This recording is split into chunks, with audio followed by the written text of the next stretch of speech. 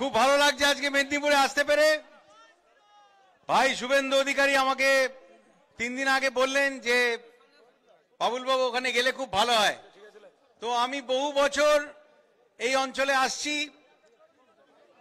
আমাদের তমলুক উৎসব, তাম্রলিপ্ত উৎসব হতো, তাছাড়া হলদিয়া উৎসব হতো, বহুবার গান গাইতে এসছি। আজকে ভাবলাম যে এই সভাটায় আমার যাওয়া দরকার, কারণ আমাকে এখানে গিয়ে পাবে প্রায়শ্চিত্ত করতে হবে। তার কারণ ওই সময় আমি শোগুলো সব করেছিলাম লক্ষণ শেঠ বাবুর জন্য। তো সেই জন্যে আজকে আপনাদের কাছে আসতে পেরে আমি অত্যন্ত আনন্দিত। হাত জোর করে নমস্কার করছি, দূরে মায়ের মন্দির নমস্কার করছি। মঞ্চে আমার সঙ্গে যারা যারা আছেন সবাই বড় নেতা, জিজ্ঞেস করলে দেখা যাবে এরা সবাই আমার থেকে বেশি দিন পলিটিক্স করছে। আমি তো 2014-তে সবাই জয়েন করেছি, সবাই হয়তো আমার থেকে বেশি দিন করছে। আমাদের শুভেন্দু বাবু তো বহু বছর ধরে করছেন। যারা আছেন তাদের মধ্যে হাতে যেরকম পরীক্ষার সময় লিখে নিতাম ফর্মুলা, সেরকম কয়েকটা নাম লিখে নিয়েছি।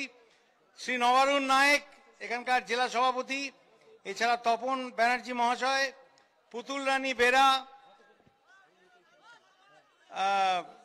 আশিস জানা, তাপসী মন্ডলজি, অশোক দিন্ডা। উইকেট ফেলতে হবে অশোক দা, আপনার নামে ভালো বোলারও ছিল অশোক দিন্ডা, উইকেট ফেলতে হবে অশোক দিন্দা। এছাড়া সুব্রা দাস। আপনাদের সবাইকে আমার তরফ থেকে অনেক অনেক ভালোবাসা, এবং আপনারা যে ভালোবাসা দিলেন, আমার বিয়েতেও একটা মালা পরেছিলাম, আজকে প্রায় 6টা মালা পরলাম।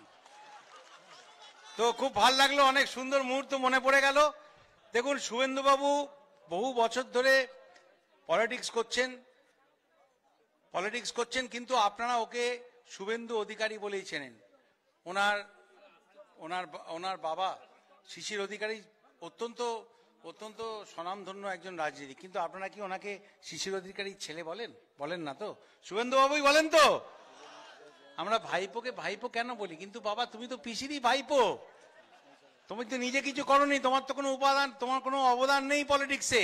যেটুকুনি আছে সেটা অবদান নয়, লোকের থেকে অনুদান যেটা সরকার দেয়, সেই অনুদানটা নিজের ঘরে পুরে রাখা, সেটাই তোমার একমাত্র রাজনীতিতে অবদান।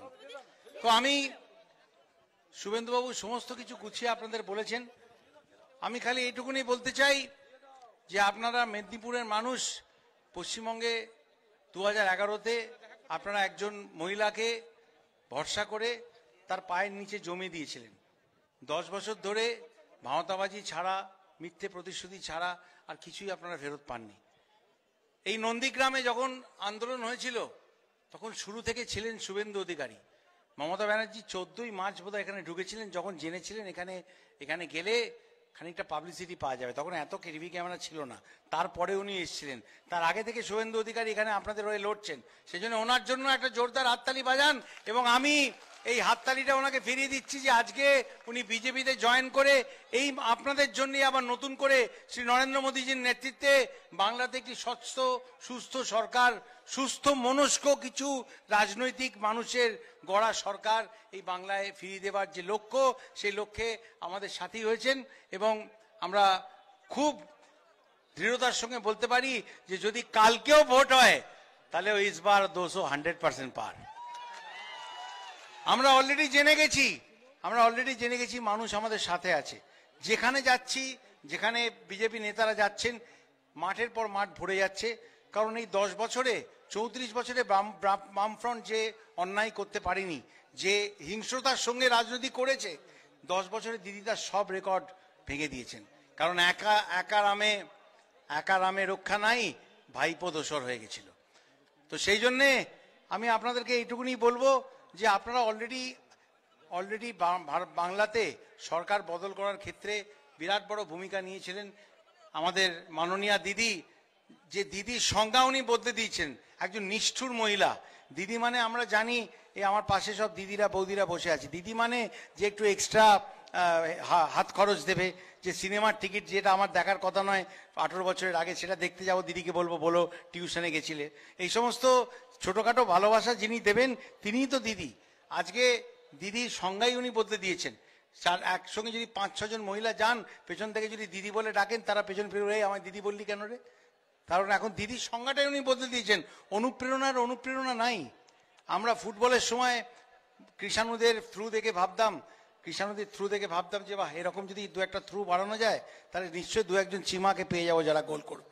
আমরা ক্রিকেট খেলার সময় গাভাস্কারকে অনুপ্রেরণা, আজকে সেই অনুপ্রেরণার সংজ্ঞা বাংলায় বোঝে গেছে। অনুপ্রেরণা কি? অনুপ্রেরণা হচ্ছে তারা যারা মুখে গামছা বেঁধে পাড়ার মোড়ে মোড়ে দাঁড়িয়ে আছে, তাই তো? তারা আজকে হয়ে গেছে উন্নয়ন, তারা উন্নয়ন। আর অনুপ্রেরণা কার? এই পুরো নিষ্ঠুর যে শাসন চলছে তার উন্নয়ন, তার অনুপ্রেরণা এই মমতা ব্যানার্জি। এই মমতা ব্যানার্জি যার পার্টিকে অত্যন্ত সঠিকভাবে শুভেন্দুবাবু কোম্পানি বললেন, it's in a bad company. এবং ওই কোম্পানি একদম তৃণমূল, তো ছাগলে যখন ঘাস খায় দেখবেন তৃণমূল স্তর থেকে তুলে খেয়ে নেয়। রামকৃষ্ণদেব বলে গেছিলেন, অতি বড় হয়েও না, ঝড়ে উড়ে যাবে, অতি ছোট হয়েও না, অতি ছোট হয়েও না,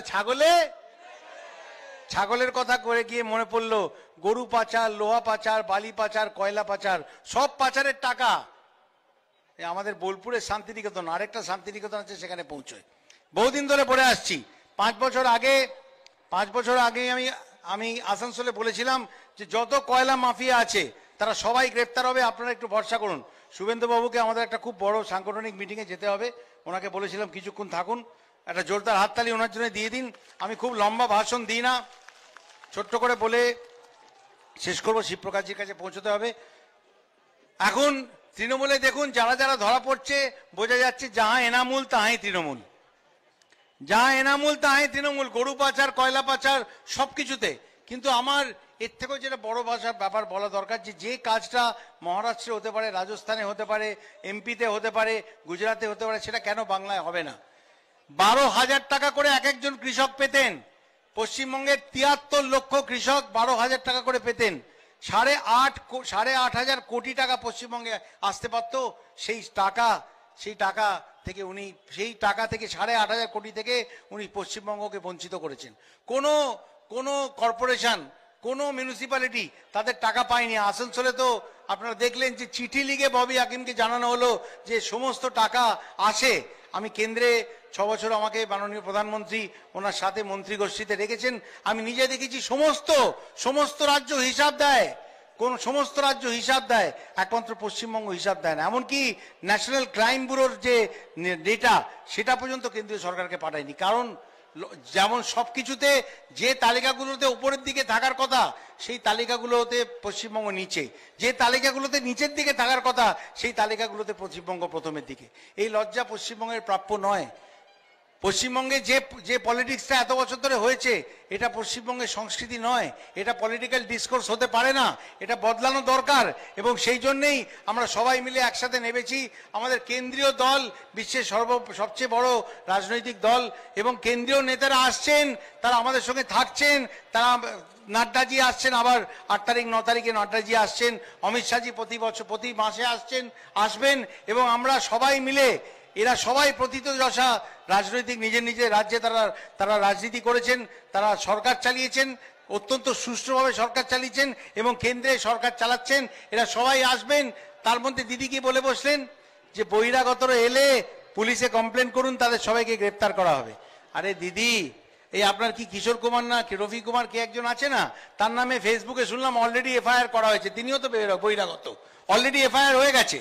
আর যারা দিদির বন্ধুরা ছিলেন, যারা মহা ঘোটালা বন্ধন একটা এসে হাত তোলেন, চন্দ্রবাবু নাইডু, রাহুল গান্ধী, আরো শারদ পাওয়ার, আরো অনেকে আছেন, তারাও বলছে ওরে বাবা, দিদি বলেছে বহিরাগত গেলেই গ্রেপ্তার হবে, তাহলে আমরা পশ্চিমবঙ্গে কি করে যাব?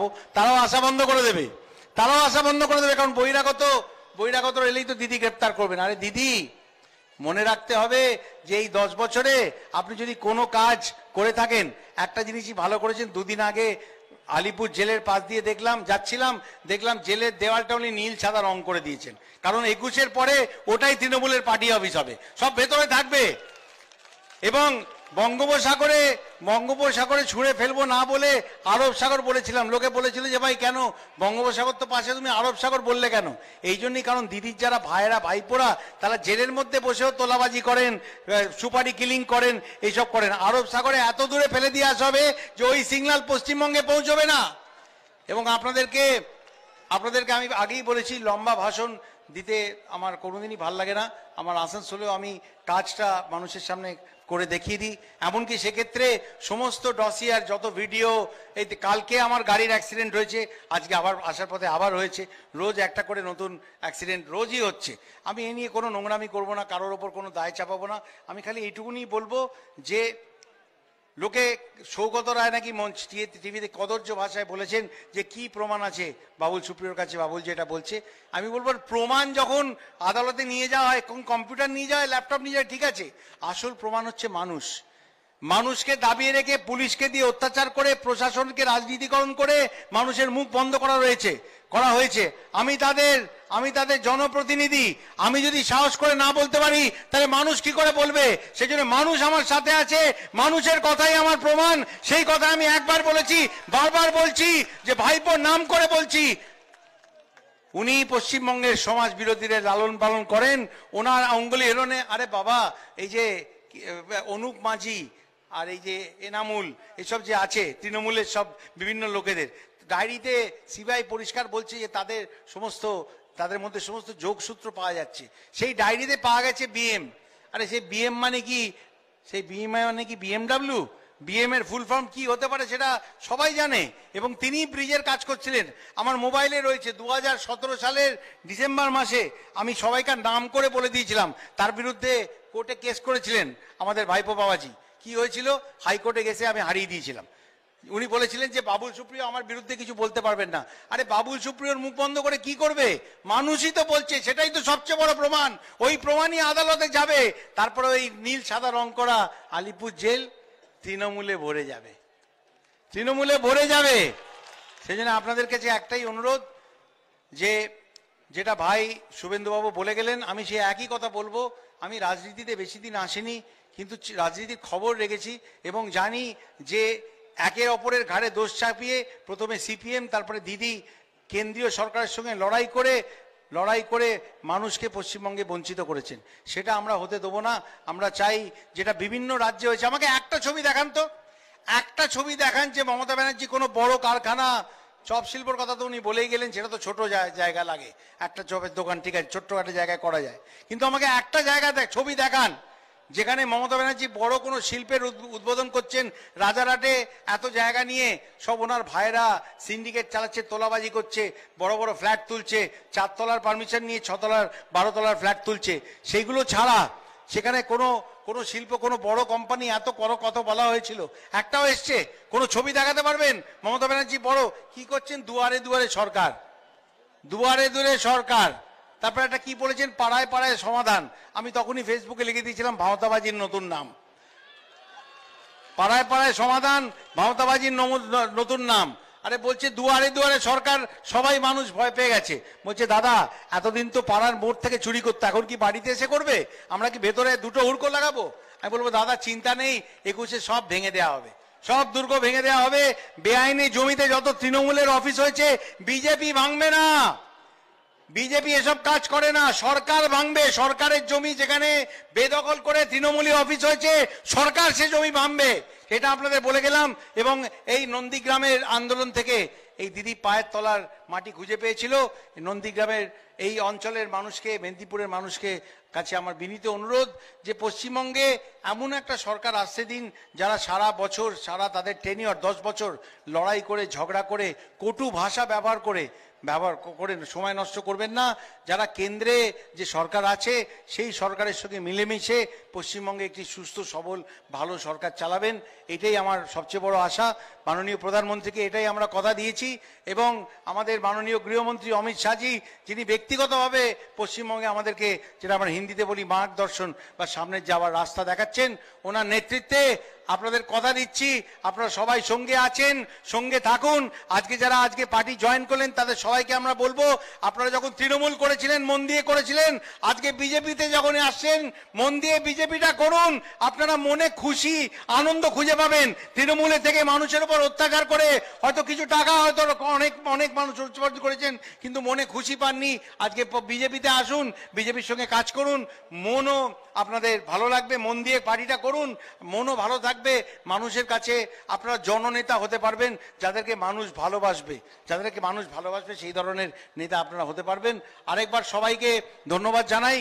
আমি আগেই বলেছি খুব বেশি লম্বা ভাষণ দেওয়ার দরকার নেই, শুভেন্দুবাবু সব গুছিয়ে বলেছেন। ঠান্ডা হাওয়া আসতে আরম্ভ করেছে, আমি আপনাদের বলবো এই হাওয়াতে তৃণমূল উড়ে চলে যাবে, এই হাওয়াতে তৃণমূল উড়ে চলে যাবে। আপনারা সঙ্গে থাকুন এবং সবাই মিলে একবার বলুন জয় জয় শ্রীরাম, জয় শ্রীরাম, জয় শ্রীরাম, ভারত মাতা কি, ভারত মাতা কি, Narendra Modi, Amit Shah, JP Nadda. Thank you so much, ভালো থাকবেন, অনেক অনেক ধন্যবাদ। ভালো কথা বলেছি, সব